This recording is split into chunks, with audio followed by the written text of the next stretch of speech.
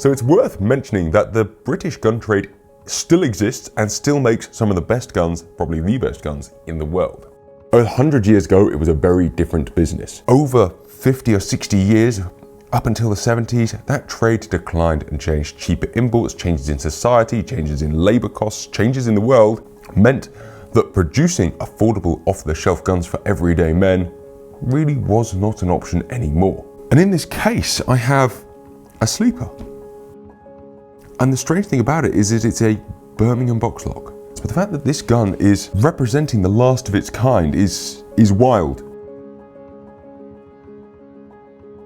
This is what guns look like on the shelf in 1973. You rarely see guns like this. Usually they are used hard from 50 years, and although they're built to a good standard, abuse will soon kill off a gun. So have a little look at what you get before I wax lyrical anymore. The case is a canvas case with leather borders. London exhibition of 1862, 1867, 1884. Like, this is a very interesting. G.E. Lewis has some serious history to it. This is what it culminated in. A 1973 box lock ejector, 14.5-inch stock, fairly unexciting. Checkered panels, and to be honest, I really like these checkered panels. You've got flat point checkering, by the way, across the grip.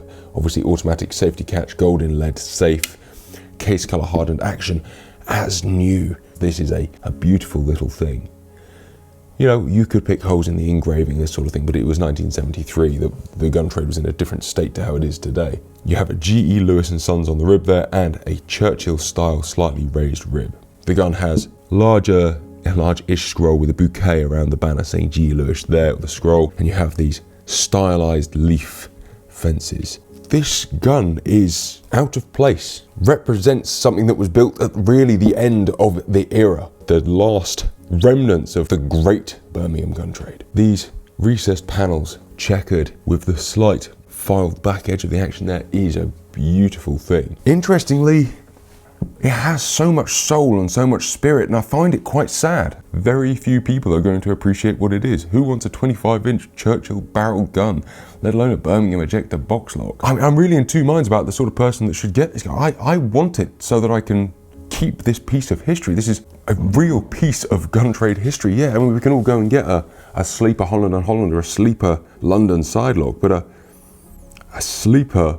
best Birmingham box lock is very interesting. Feel desperately drawn to buy it, to keep it. The other half of me says somebody needs to buy this who will appreciate it and love it and give it the life that it deserved in the first place and help revive the love of these things. We can all get snobby now because you can go and pick us a good quality side lock from Spain up for £1,000. Who would want a box lock? This is beautiful. And the 25-inch, they managed to shoot plenty of pheasants with them back in the day. What a beautiful piece of history. And maybe I'm rightfully or wrongfully getting emotional about it, but it is extremely well built. Feel this gun. Some guns do speak to people, and they really do, and I think this gun probably speaks to most people who pick it up. And it's a strange one, because I don't know whether you can feel through the camera a little sad that this gun has led a life unloved. It never got to live the full potential of its life in its heyday. It represents something that no longer exists. I'd love to know your thoughts. Do you think that this gun should be bought and shot, or do you think that this gun should be bought and put away? It is valued at £1,000 to £1,500, and that is a lot. £1,750 at the Holt's September 2021 sale. Guys, thank you for sharing this gun with me and me sharing this gun with you, and thank you to Holt's for letting us play with it. I don't know how to feel about this gun. It needs love. It's lonely. Guys, take care. Thank you very much for watching, and hey, we'll see you next time.